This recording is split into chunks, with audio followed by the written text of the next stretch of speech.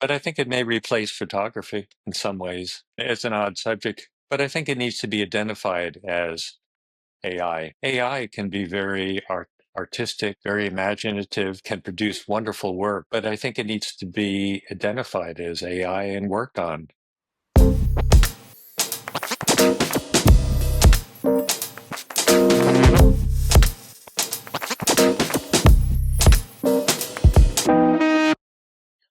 Hello and welcome everyone to the second part of our interview with Jack Simon.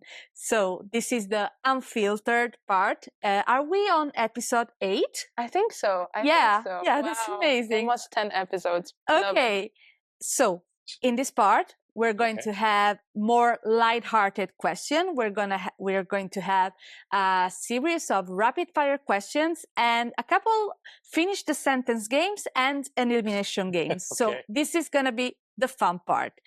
And to all of our viewers, don't forget to subscribe, like, comment to support independent street photography, independent publishing, and Made in Italy arts and craftsmanship, because what's just one small click to you means the world for us. Welcome back, Jack, and we're very glad to have you over again. Yes. Glad to Hi, be here. Jack. Thank you. Hello. How you doing today? It's still fine. Still fine. I'm That's good. I'm fine. You take in consideration a little older than I was the last time, but That we met. still fine. Yeah. Yeah. Oh my God. Yeah, we're all older by a few weeks, I guess. Exactly. Yeah, but I'm starting from a high number, so we got that's okay, no problem. Okay.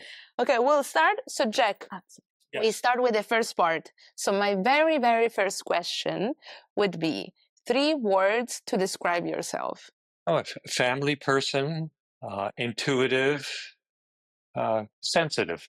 If you weren't a photographer, who else would you be today? Well, I think I would like to be a filmmaker if I had the skills, but probably I would end up being a psychiatrist, which I was doing. Love that. Amazing. 3 icons, photographic icons, who have inspired you the most. That's really difficult for me because I'd say so many of the Magnum photographers, I just like looking through their work, and Alex Webb for one, but for different reasons. I like some of their documentary work, their color, and Gregory Crutzen particularly for the style of surrealistic photography. I'll throw in Peter Joel Whitkin too. Not many people know nowadays, but he's very good and was an inspiration early on. One of the first photographers that I saw in a museum. If you could be in any city in the world right now, where would you love to be? Paris, probably. I love Paris, and but I like so many different cities for different reasons. But Paris probably a favorite. And why so? Why Paris? Well, the city's beautiful, has wonderful museums, love the food, and also I have very good memories of Paris because I've been there many times. With the last time with my granddaughters and my son and wife, and going back again, and I love the atmosphere. What's the craziest thing you've done for a photograph? Well, the most dangerous thing is usually crossing the street in the wrong place. So I don't pay attention sometimes, and I shouldn't. I do that, and I recommend photographers don't do that. But I get excited. Sometimes I'll see something across the street. Also, I guess the other crazy part was I used to like the sketchy areas of San Francisco to wander, and maybe a bit crazy. Yeah, definitely. We call that parkour crossing, the thing you mentioned earlier. Okay, Exactly. so the question that everybody loves. What's your favorite camera? Favorite camera has been the Fuji X100 mirrorless camera, and I've been using it since it came out about 10 years ago, and I've had a few iterations. So that's my favorite. What photographers often say, though, a common answer is the camera you have with you. And it's really true because sometimes I don't have a camera with me and I had to borrow my wife's iPhone, and that worked fine. Yeah, Tools of the luck. absolutely. Tools of the trade, anything that allows you to see what you want to see, basically. Exactly. What's a technical mistake you love to embrace? Well, actually, I don't know if it was a technical mistake. The early Fuji X100s had a lag, and you press the shutter button, you wouldn't get it right away. But sometimes I would get a picture that was more meaningful or more interesting to me than I would have gotten if it had worked correctly. So I'd say that's the main.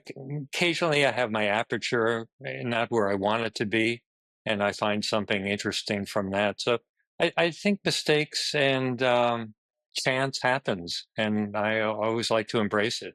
Okay, Yes. that's lovely.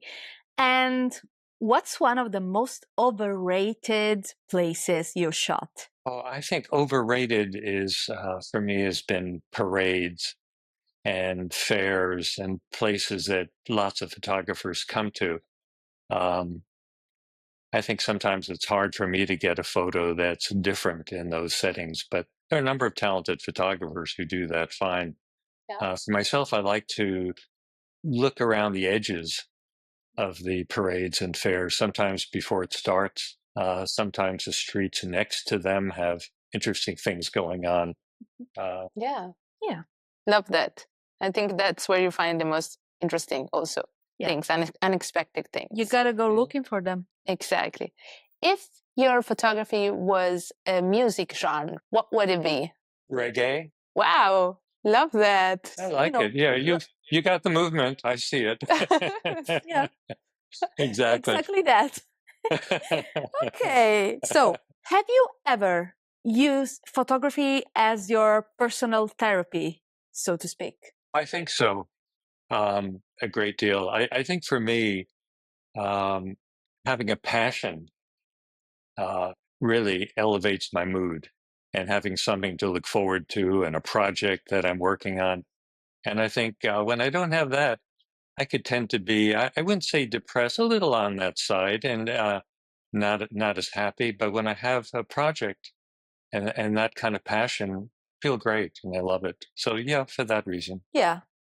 Before your first photograph, what made your heart race? Windsurfing, very much Love so. that. And my wife, but that was her Of wife. I mean, Love Yeah, John. come That's- on. Yeah, she's going to listen to this. I need to. Exactly. yeah, no, we love the shoutouts. Is there anything about psychiatry as a profession that you miss today? Well, as a profession, um, and not really, but I miss my patients. I've seen yeah. a number of people over a long period of time, sometimes not regularly, but they would come back periodically, and I do miss them. Got to know people very well, and then I don't see them. So I would say it's that more than the actual profession part. Yeah. What's the best and worst advice you've ever received in photography? That's tough, actually. I'm starting to answer without really having an answer, but um, I think it was my son actually who told me once to, and it was good advice, to actually look through my photographs and pick out the ones I really like, and try to understand a little bit visually and intellectually why those are photos that I choose. And that was good advice. I mean, the other advice, which I always give, and I think is so important, is to look at photographers who you enjoy. Go to museums, look at books. That's all the time. And I think Study. that's actually the most important advice.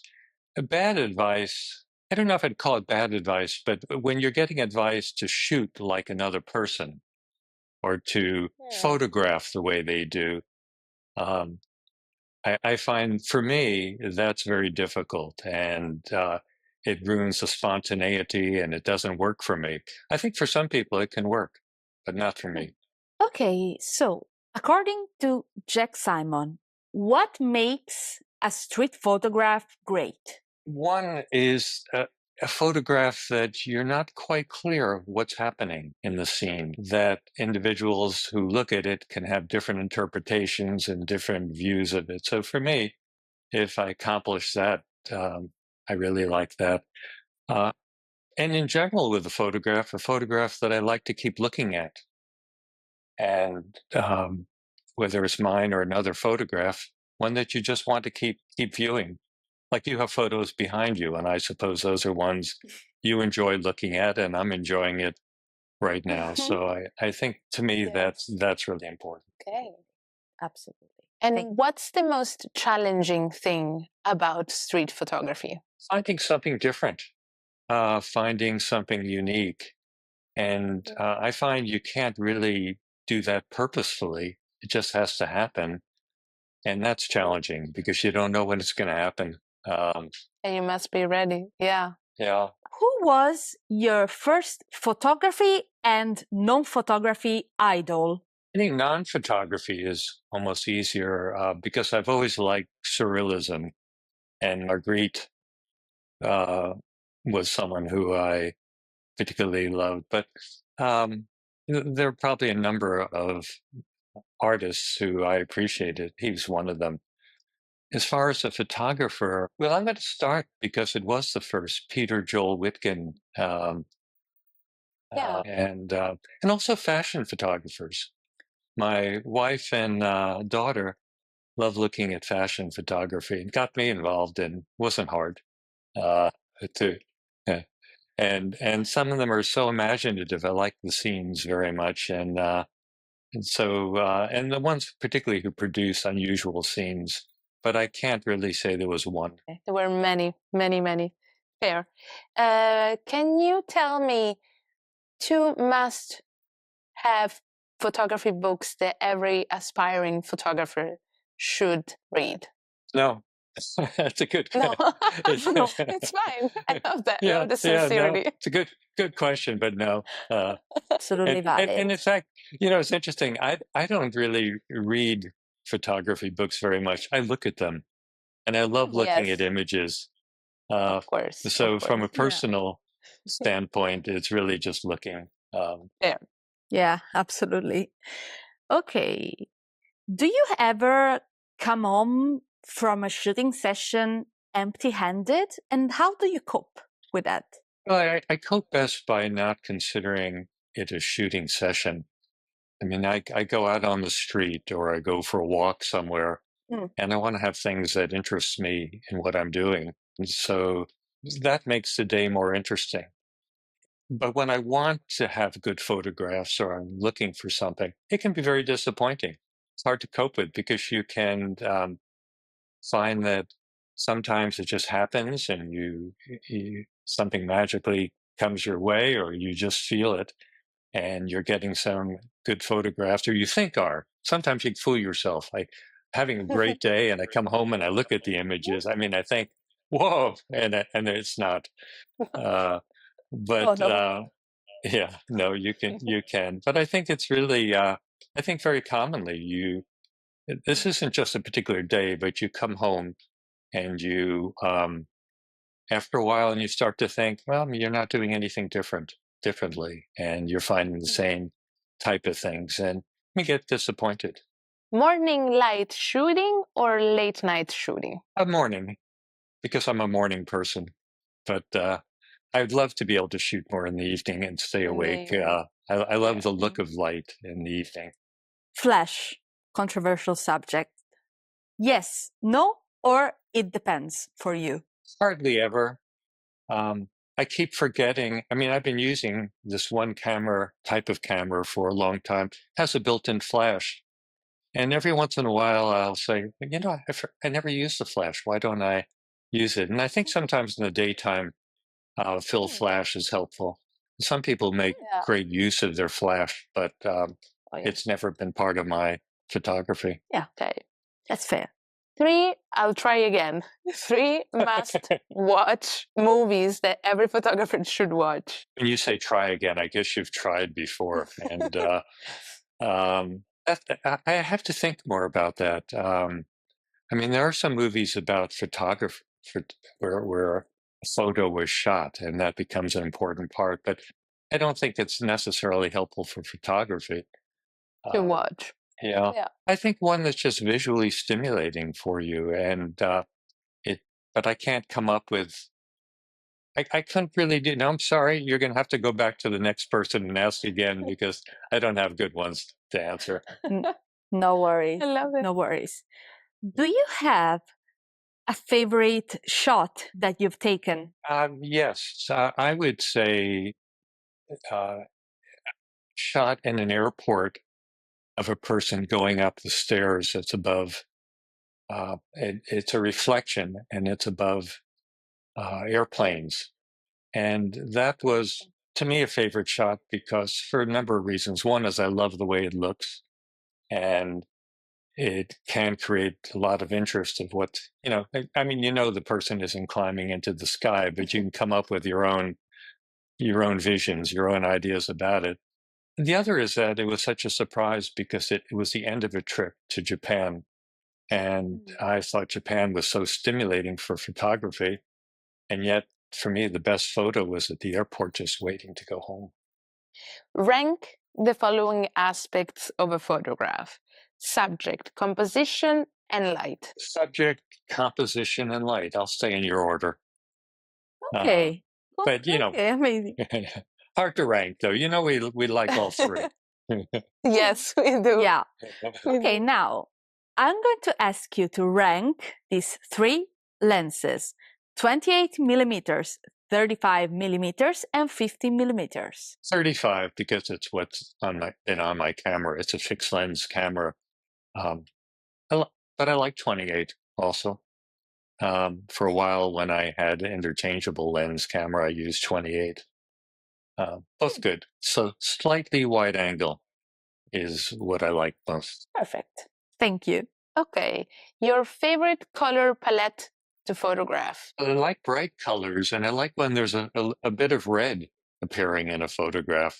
Oh, I actually, it's Can see it from the back. it's funny, yeah. But, and that's a lot of my photography is very unconscious. I mean, I really, I love that. and Super spontaneous. basically, I wasn't focused. Once I said red, I could see it. Yes, love it. True, so true. Okay. Which one is harder to obtain? A great photo or a great story? Well, the story is more difficult for me. If you could have dinner with any photographer, dead or alive, who would you choose? I think Martin Parr would be fun to have dinner with. He's I like his style, and I just sort of imagine he's very interesting and very funny. So but he may or may not be. That's what I'm imagining from. I know from his library, he's a real collector, and from his photography. Yeah, cool. Cool. I like to join. Yeah, absolutely. Please. Which place that you photograph do you have the strongest attachment to? I don't know, actually. I love Japan, and I love being in Japanese cities. I mean, I said Paris before as my choice, but I love being in Japan, and I love the activity. I love the weirdness that can be going on, and I really like. So I would say certainly let's pick Kyoto. Oh, lovely. I wanted to ask you, Jack, can a great photo be completely misunderstood? Absolutely. Hopefully.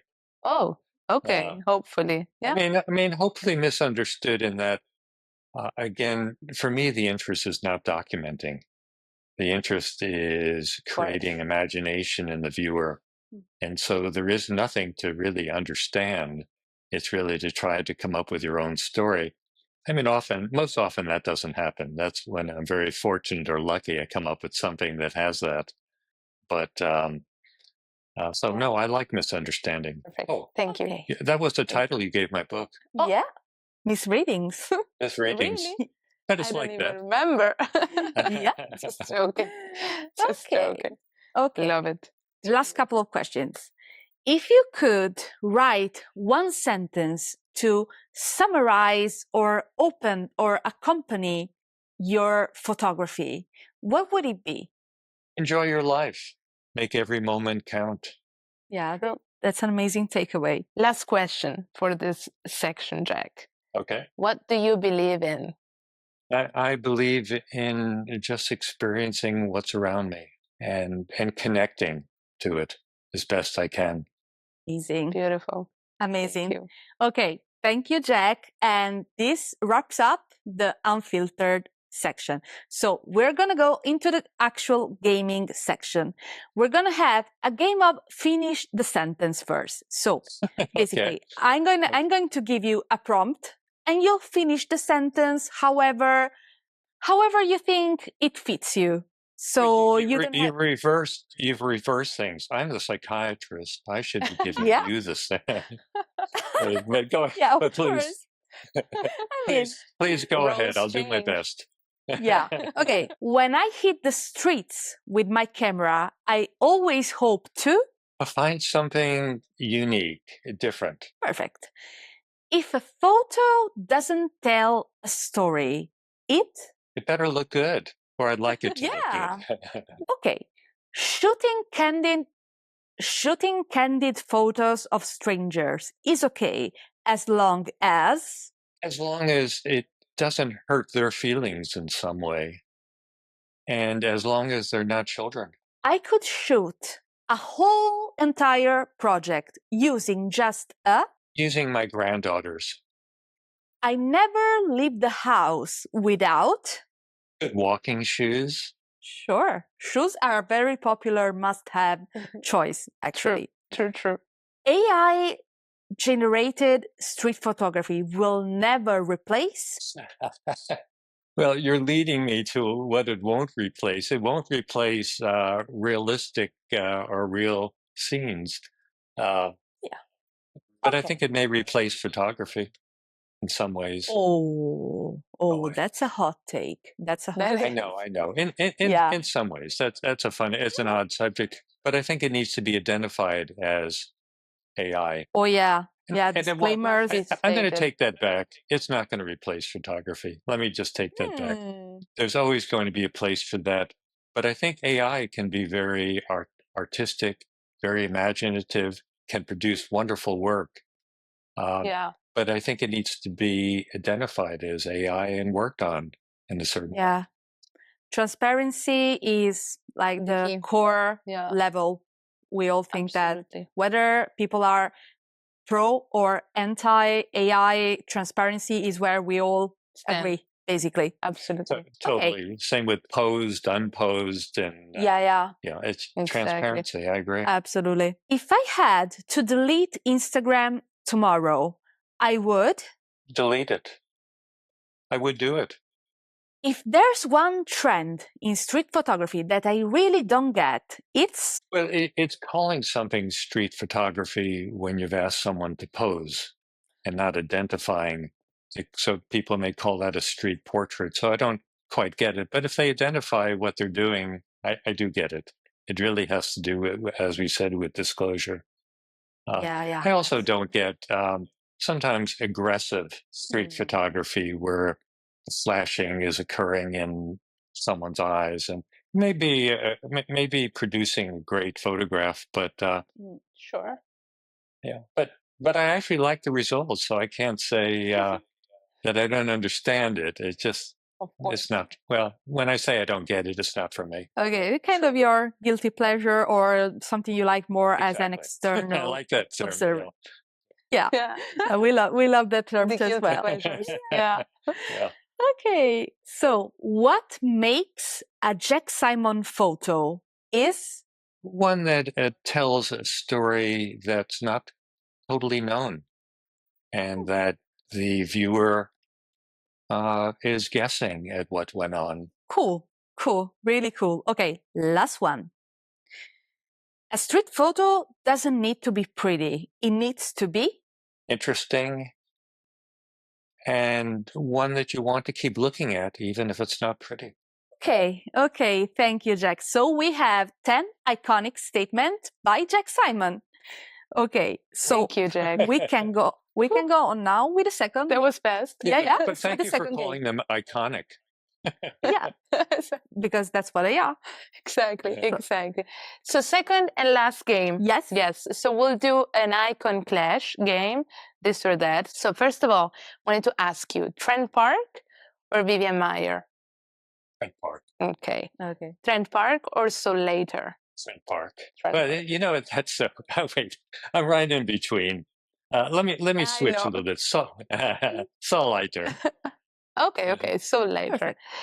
So Later or Diane Arbus? Diane Arbus. Okay. Diane Arbus or Joel Meyerowitz? Diane Arbus. Okay. Diane Arbus or Alex Webb? Diane Arbus. Okay. Diane Arbus or Harry Gruillard? Oh, Harry Gruillard. Okay. Harry Gruillard or Rebecca Norris Webb? Harry Gruillard. Okay. Harry Gruillard or Martin Parr? Harry Gruillard. Okay. Last one.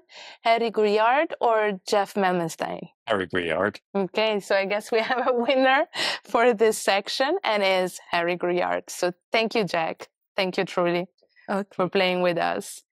You're Thank welcome. you. Thank you. Thank you very much, My- Jack, for pleasure. being with us. Mhm. And I think that's a wrap. We can wrap Yes. up the Unfiltered episode. And we really hope that you viewers also enjoyed the talk just as much as we all did. And again, if you like this video, like, comment, and subscribe, because what's just one small click to you means supporting independent street photography, independent publishing, and made in Italy arts and craftsmanship. And thank you again, Jack, for being with us. Thank you. And we're excited to see what's to come. Yes, we hope we made you feel comfortable in this section as well. Absolutely. And you had You did. fun, you Thank felt you so free. much. Yeah. Okay, Yeah, thanks. you did. And